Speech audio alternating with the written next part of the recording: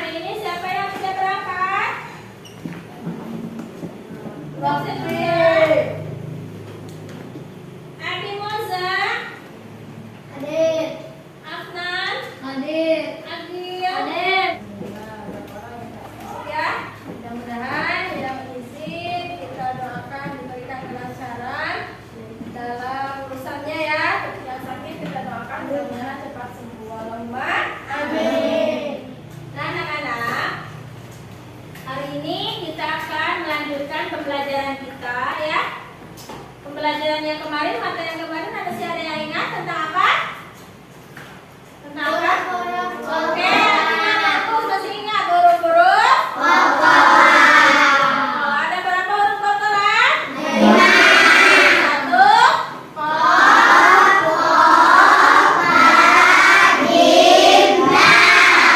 1. Itu adalah materi yang kemarin kita bahas ya. Untuk sekarang kita akan membahas materi pembagian contoh.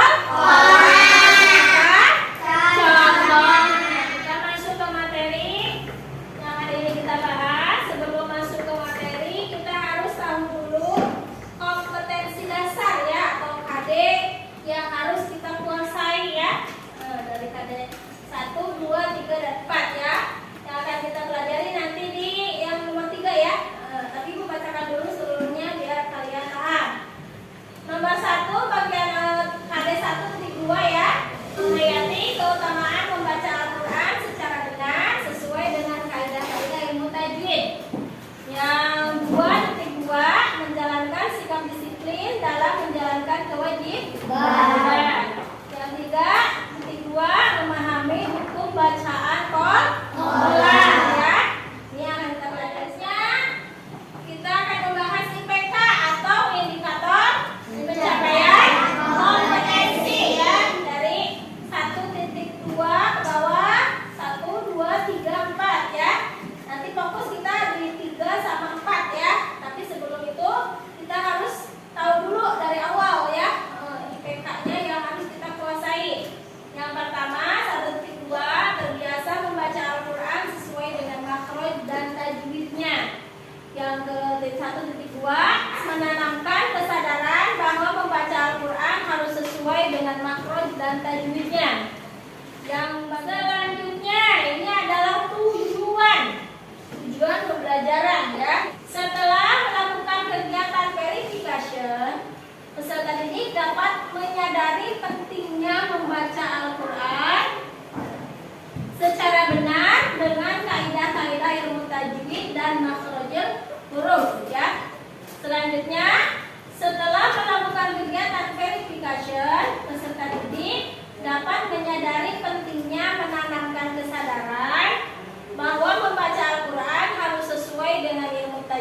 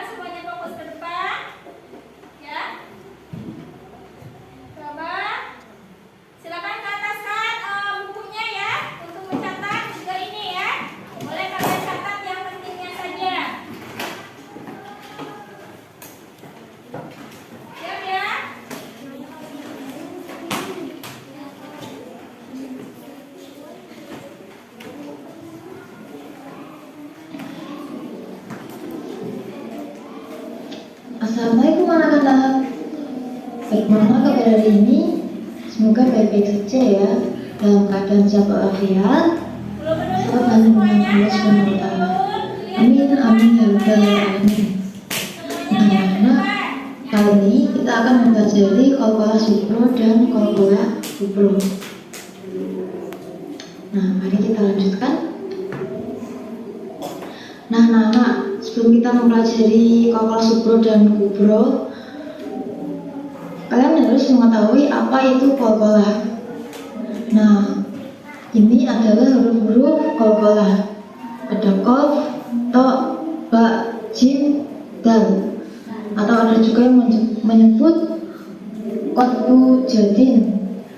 Lanjut. Nah, ini dia anak-anak macam-macam kalkula. Yang pertama kita mempelajari kalkula subro. Apa itu kalkula subro? Yaitu kalkula yang berada di tengah kata, atau dengan kata lain kalkula dengan sukun asli atau mati asli. Cara membaca kalkula subro ialah dengan memantulkan suara dari mahraj hurufnya dengan pantulan tidak begitu kuat. Kita lanjut. Nah, yang kedua yaitu kalkula kubro, yaitu huruf kalkula yang dibaca sukun yang berada pada akhir kata atau ayat, jadi matinya di akhir ayat. Baik karena memang berharokat sukun ataupun fathah, kasrah, dhammah, dan tanwin. Nah, tadi kita mempelajari apa berarti? Pengertian kalkula, lalu kalkula subro dan kalkula kubro. Nah, itu adalah materi pada hari ini ya. Sudah kalian catat ya dari gambar ini. Sudah kalian dapati, dan ini adalah ada satu lagi ujian nih. Lihat semuanya ke sini.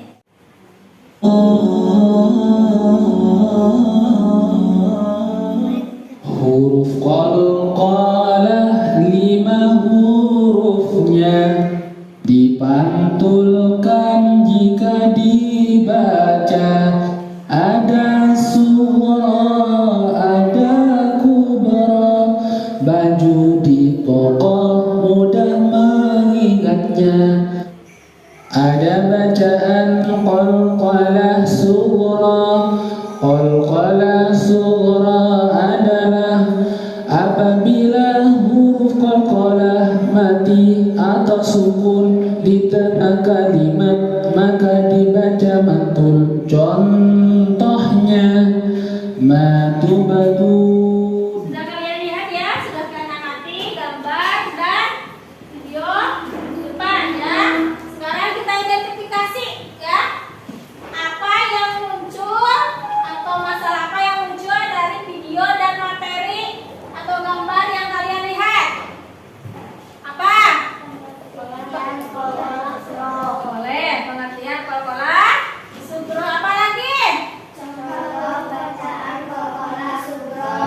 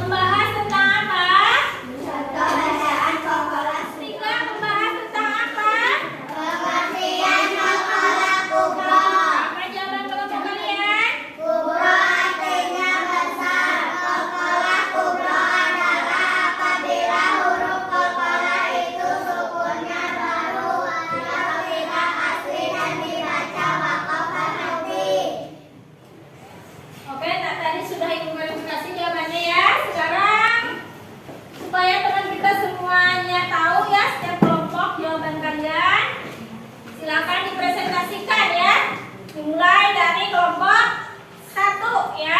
Silahkan perwakilannya siapa? Maju ke depan.